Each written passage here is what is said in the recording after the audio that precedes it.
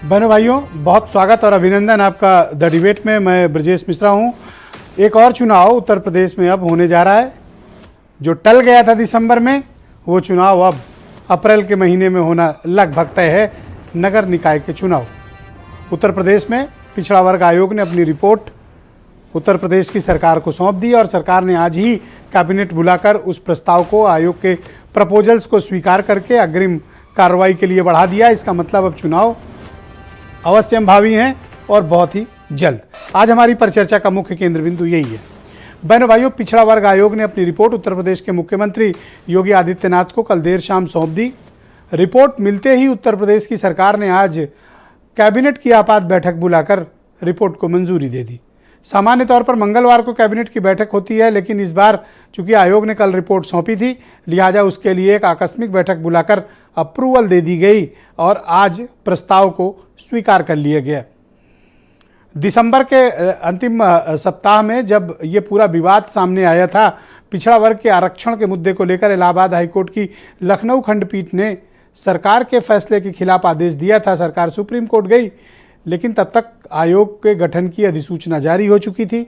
मामला अभी भी सुप्रीम कोर्ट में चल रहा है, लिहाजा सरकार कोई अकेले फैसला नहीं कर सकती। सुप्रीम कोर्ट को इसके स्टेटस को के बारे में, यथास्थिति के बारे में या पिछड़ा वर्ग आयोग की रिपोर्ट के बारे में सरकार को जानकारी देना पड़ेगा, सुप्रीम कोर्ट से क्लियरेंस लेनी पड़ेगी। लेकिन अब वो माना जा रहा है कि फॉर्मेलिटी है, क्योंकि पिछड़ा वर्ग आयोग की जो रिपोर्ट है, ये उम्मीद की जा रही है कि ये रिपोर्ट में कोई विवाद नहीं होगा और रिपोर्ट सभी कानूनी पहलुओं को, सभी संवैधानिक आरक्षण के पहलुओं को दृष्टिगत रखते हुए बनाई गई होगी।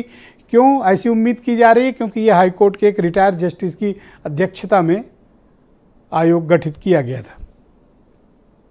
तो कब चुनाव होंगे, पहला सवाल आता है आम आदमी के मन में, उनके मन में जो कैंडिडेट हैं, उन्हें जिन्हें चुनाव लड़ना है, उन्हें जिन पॉलिटिकल पार्टियों को चुनाव लड़ाना है। यानी एक बार फिर से पिटारा खुल गया।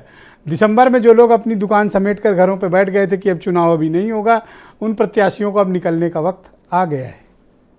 क्यों आ गया है? क्योंकि सरकार ने कल रिपोर्ट मिली और आज ही कैबिनेट बुला ली। इसका मतलब कि सरकार के इरादे साफ हैं। सरकार चुनाव कराने के लिए तैयार है और सरकार जल्दी चुनाव चाहती है। राजनीति और मीडिया में एक्शन से ही चीजें पकड़ी जाती हैं। तो एक्शन क्या हुआ? कल देर शाम में क्या हुआ? रिपोर्ट सौंपी गई। उसका आज क्या परिणाम हुआ कि आज सवेरे ही कैबिनेट की बैठक बुलाकर इसकी अप्रूवल, अब सुप्रीम कोर्ट पे एफिडेविट लगेगा, राज्य निर्वाचन आयोग के पास चीजें जाएंगी, नगर विकास विभाग इस पर आपत्तियां मांगेगा। उन आपत्तियों का निस्तारण होते ही फाइनल लिस्ट जारी हो जाएगी कि कौन सा वार्ड आरक्षित है, कौन सा अनारक्षित है, कौन सी नगर निकाय आरक्षित हैं, कौन सी अनारक्षित हैं, कौन से नगर निगम और कौन सी नगर पंचायत। 17 नगर निगमों में और करीब 200 नगर पालिकाओं में और 500 से ज़्यादा नगर पंचायतों में चुनाव, ये शहरी सरकार का चुनाव है। ये चुनाव भारतीय जनता पार्टी और अपोजिशन के लिए बड़ा प्रतिष्ठापरक है, लेकिन इन चुनावों में हमेशा आधिपत्य भारतीय जनता पार्टी का रहा है। शहरों में उसका जो विशाल वोट बैंक है, वो उसको इस बात के लिए इंश्योर करता है कि निकाय में बीजेपी का कब्जा रहे। अपोजिशन की सरकारों में भी बीजेपी का कब्जा यहाँ रहता था, लिहाजा अब तो उनकी अपनी सरकार है, वो भी रिपीट हुई है, दूसरी बार की सरकार है, लिहाजा बीजेपी बहुत कड़ा मुकाबला देने जा रही है। अपोजिशन की क्या तैयारी होगी? अब जब आज प्रपोजल्स एक्सेप्ट हो गए हैं, तो जाहिर सी बात है कि लोकसभा चुनाव के पहले अब अपोजिशन और सत्तारूढ़ दल दोनों को भी अपने अपने कार्यकर्ता और अपनी तैयारियों को पूरा करना पड़ेगा, क्योंकि शहरी निकायों को चुनाव किसी ने हल्के में लिया तो उसके लिए 2024 के चुनाव यानी आगामी लोकसभा चुनाव भारी और बहुत भारी पड़ेंगे। ये एक तरह का एसिड टेस्ट है। एसिड टेस्ट किसके बीच है? सत्तारूढ़ दल और अपोजिशन के बीच। जिन्हें यह लगता है कि बीजेपी की लोकप्रियता कम हुई है, जिन्हें यह लगता है कि बीजेपी नीचे आएगी, या जिन्हें भी लगता है कि दूसरे मुद्दे ज़्यादा हावी हैं, महंगाई, बेरोजगारी और दूसरे मसले, इसमें टेस्ट भी हो जाएगा। और आज इत्तेफाक से उत्तर प्रदेश में आज ही के दिन पिछले वर्ष चुनाव के नतीजे आए थे। कब? 10 मार्च को, और आज 10 तारीख है। 1 साल पूरा हो गया, यानी सरकार के कार्यकाल को मैंडेट पाए 1 ईयर कंप्लीट आज 1 साल हो गए और इसी 1 साल में अब सरकार को निकाय की चुनौती का सामना भी करना है। क्या परिणाम होंगे ये भविष्य के घर में बहनों भाइयों, लेकिन उत्तर प्रदेश में हर चुनाव बहुत ही दिलचस्प होते हैं और ये तो गली चौराहे और नुक्कड़ का चुनाव है। इसमें पॉलिटिकल पार्टी नहीं, इसमें कार्यकर्ता चुनाव लड़ते हैं, लेकिन बहुत भीषण लड़ते हैं। ये पार्टी आइडियोलॉजी से कई बार हटकर भी ये चुनाव होता है, लेकिन ये चुनाव शहरी क्षेत्रों में बड़े लोकप्रिय होते हैं और प्रत्याशी और पॉलिटिकल पार्टी जैसे जैसे करतब करते हैं इस चुनाव में, ये भी बड़ा दिलचस्प है। तो आयोग की रिपोर्ट आज कैबिनेट का एक्सेप्ट करना और लगभग अब चुनाव की घोषणा को बहुत थोड़ा वक्त बचना, किसकी क्या तैयारी है, आज की परिचर्चा हम इस विषय पर करने वाले हैं। आप कुछ स्टेटमेंट सुन लें, फिर आज की डिबेट को आगे बढ़ाएंगे।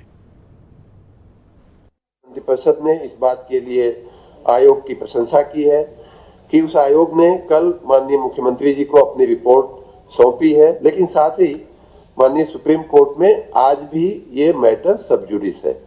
इसलिए हमें ये रिपोर्ट माननीय सर्वोच्च न्यायालय के समक्ष ले जानी होगी और उनके माननीय सर्वोच्च न्यायालय के निर्देशों के मुताबिक या उसके अनुसार हम इसमें आगे बढ़ेंगे। हम लोग पार्टी, हमारी पार्टी का काम, हम लोगों ने जो नगरीय क्षेत्रों में काम किए हैं नगर निकायों के माध्यम से, हम अपने कार्यकर्ताओं की मेहनत और सक्रियता के आधार पर चुनाव लड़ते रहे और नगरीय क्षेत्रों में हमें पहले से अच्छे परिणाम।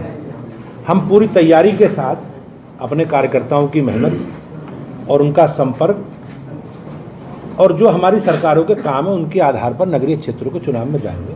उत्तर प्रदेश के निकाय चुनाव को लेकर के समाजवादी पार्टी पूर्ण रूप से तैयार है और भारतीय जनता पार्टी को अगर कोई निकाय चुनाव में हराएगा तो सिर्फ समाजवादी पार्टी हराएगी। लेकिन जो सवाल पहले समाजवादी पार्टी ने उठाया था कि भारतीय जनता पार्टी पिछड़ों का हक छीनना चाहती है, भाजपा पिछड़ा विरोधी है, दलित विरोधी है।